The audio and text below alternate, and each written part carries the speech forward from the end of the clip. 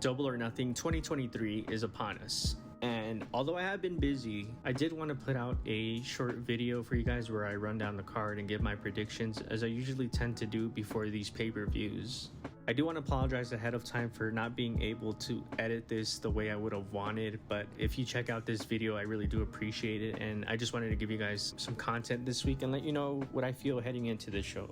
So let's not waste any more time and let's run down this card. The first match I want to talk about is Ethan Page and the Guns versus the Hardys and Hook in a 6-man tag team match. I'm not gonna lie, this is a feud that has mostly been building on Rampage, and I haven't really been following Rampage over these past few weeks, so I really don't know what's going on outside of the firm deletion, which I was able to see, and I loved it. It was hilarious.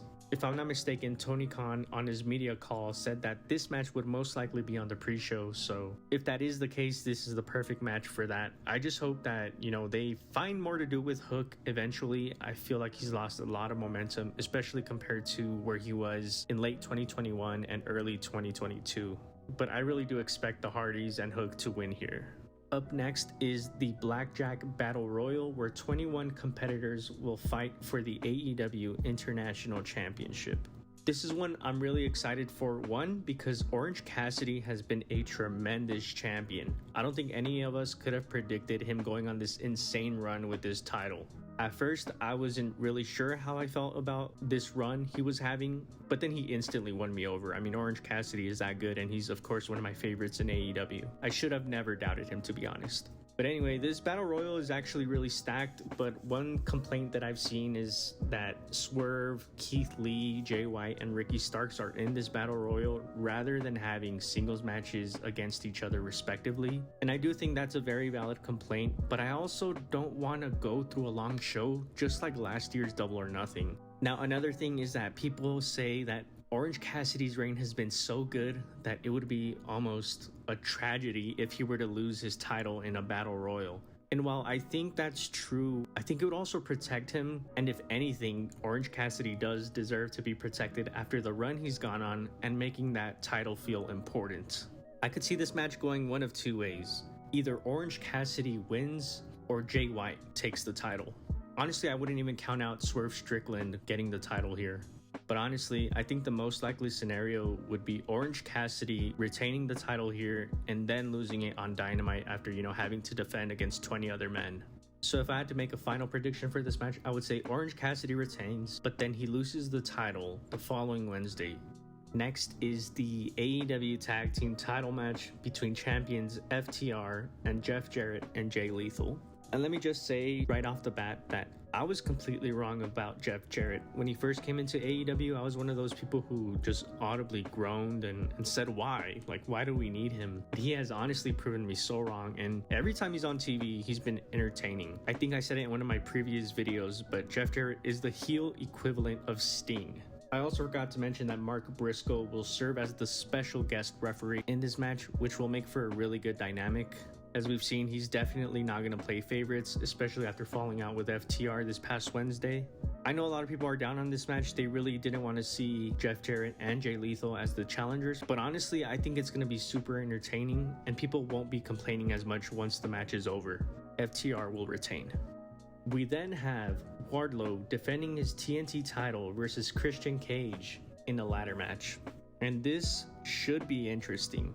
Christian Cage is the master of ladder matches. It's a shame what's happened to Wardlow, especially after he had all that momentum last year. I really don't think it's any fault of his own. His presentation has been unfortunate.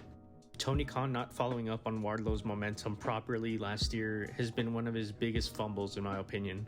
It's to the point where I'm actively rooting for Christian Cage to win the TNT title here because let's face it, Christian Cage is another top heel in AEW who does deserve gold. Who knows how much longer Christian Cage will be around, and I think the TNT title will be a perfect way to give him his flowers while he's still able to wrestle. After this, I really think Wardlow should take a break and maybe find something new to revitalize his AEW career. I'm going with Christian Cage becoming the new TNT champion here.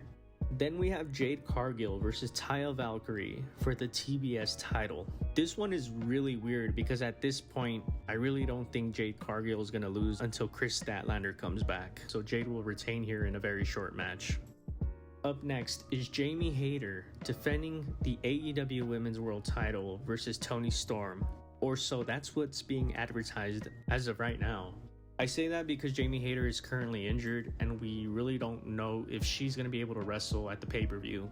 It's really unfortunate if Hayter's run has to end here due to injury because the fans love her, but then again, I also think that Tony Khan hasn't been booking her as well as he could be. For someone who's so popular, she doesn't appear as much, but maybe that's because she's been injured. I really don't know. Either way, it's no excuse, and it would be unfortunate for Jamie's title reign to end this way. But if it does have to end to anyone, I would say Toni Storm would be the perfect choice. She had a really good reign when she was interim women's champion, and I think she could have a good run as a heel now. And if you gave me the choice, I would really rather have Toni Storm be the champion over Saraya. So based off what we know, I'm gonna go with Toni Storm to become a 2-time AEW Women's World Champion. Then we have a match that I'm really looking forward to. An unsanctioned match between Adam Cole and Chris Jericho, with Sabu serving as the special guest enforcer. I expect this one to be really good just because I think Adam Cole is really good. And Jericho is no slouch either, I'm not going to discredit him. He usually doesn't miss on pay-per-view. This should be a good first match back for Adam Cole as far as pay-per-view. The last time he had a match on pay-per-view was actually Forbidden Door, which would be almost a year ago. This one is hard to predict because there's only so many people Jericho can put over without losing credibility, and it is an unsanctioned match, so I do think that Chris Jericho is going to get the win here, and Adam Cole will eventually get the win over him in a rematch where it actually counts.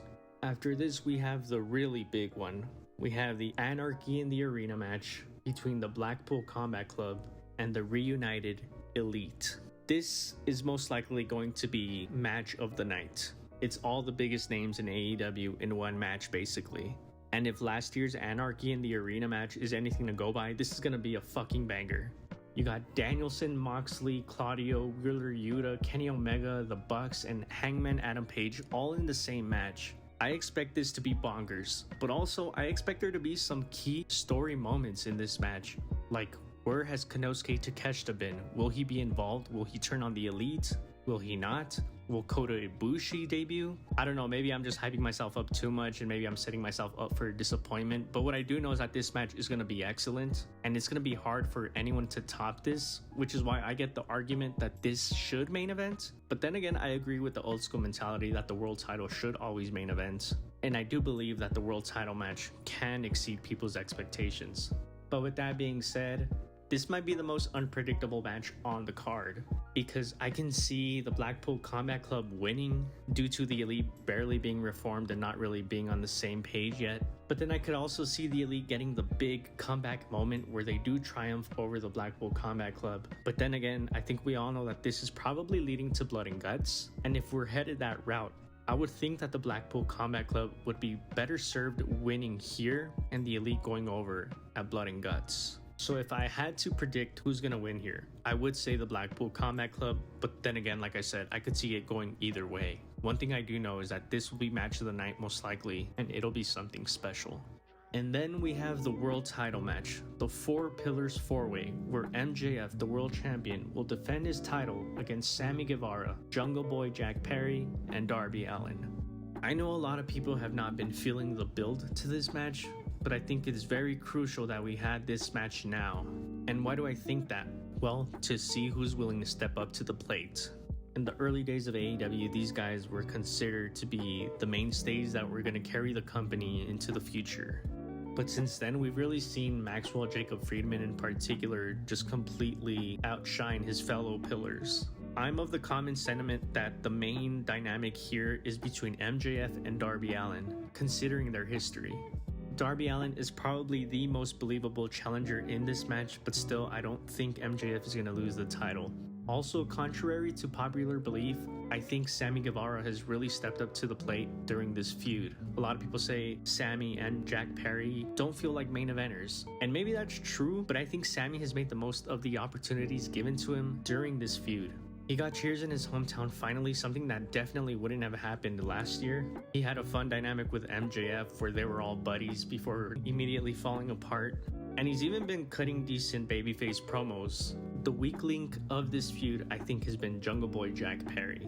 While the other three men have had standout moments, I really think that Jungle Boy has failed to show that he's capable of being a main eventer, at least for right now. And it's because of this that I think Darby Allin should come closest to possibly winning the AEW World Title. I think they could do something really cool if they do a fake out finish or a false finish where Darby's almost there, you know, maybe Sting gets involved. And what a lot of people are forgetting is that it is a four-way, so there won't be any DQs or any countouts, so there will be some crazy shit going down. Ultimately, I think that'll work in MJF's favor, and he'll retain the AEW World Title as we all expect. Where MJF goes from here will be very interesting. A feud with Adam Cole has been teased, but also when Punk comes back, will they revisit that feud too? I would also love to see MJF feud with Kenny Omega. The possibilities are endless, and I just hope that once the Four Pillars feud is done, that MJF goes back to being one of the main focal points of the show, or feeling like a main focal point of the show. With that being said, I don't think people should sleep on the Four Pillars match. I think it'll be excellent, but I do understand people who have had complaints towards the build. But there you have it, guys. Those are my predictions for the pay-per-view. Let me know what you think in the comments. Let me know what you think will happen. And thank you for watching. I'll talk to you guys soon.